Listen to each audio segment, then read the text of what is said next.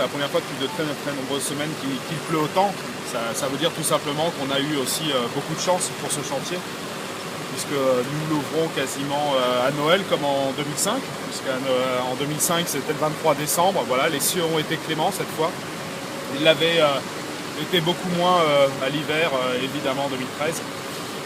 Ce qui fait qu'on a dû faire des travaux d'extrême urgence en 2014.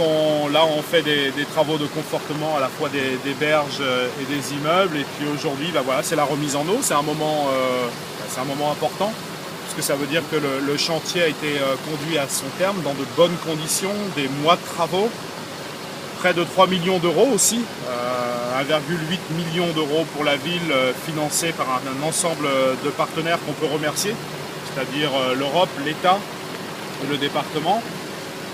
1,1 million d'euros pour les propriétaires des immeubles, et ce que nous souhaitons pour eux, c'est qu'ils puissent en retrouver à la fois l'usage, et puis pour un certain nombre d'entre eux qui sont des petits retraités, qui ont investi, qu'ils puissent à nouveau les relouer, parce que c'est important.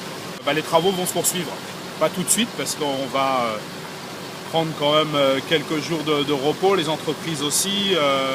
Le cheminement provisoire est réalisé pour les fêtes de Noël comme on s'y était engagé, et puis on reprendra des travaux pour la liaison douce, qui sera là aussi une belle réalisation, puisque ça va permettre à partir du parking Sainte-Croix d'aller vers le centre-ville. Ça va changer tout le visage de la Basile, cette reconquête des berges.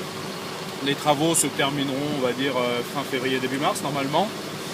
Et puis l'été prochain, les derniers travaux. Ce sera ici, juste à côté.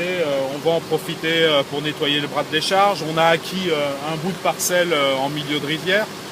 On va donc faciliter l'écoulement de l'eau à partir d'ici.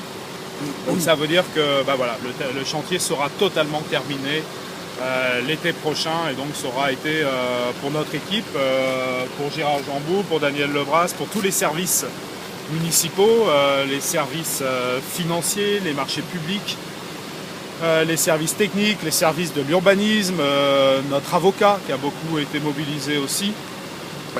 Ça aura marqué tout le début de notre mandat.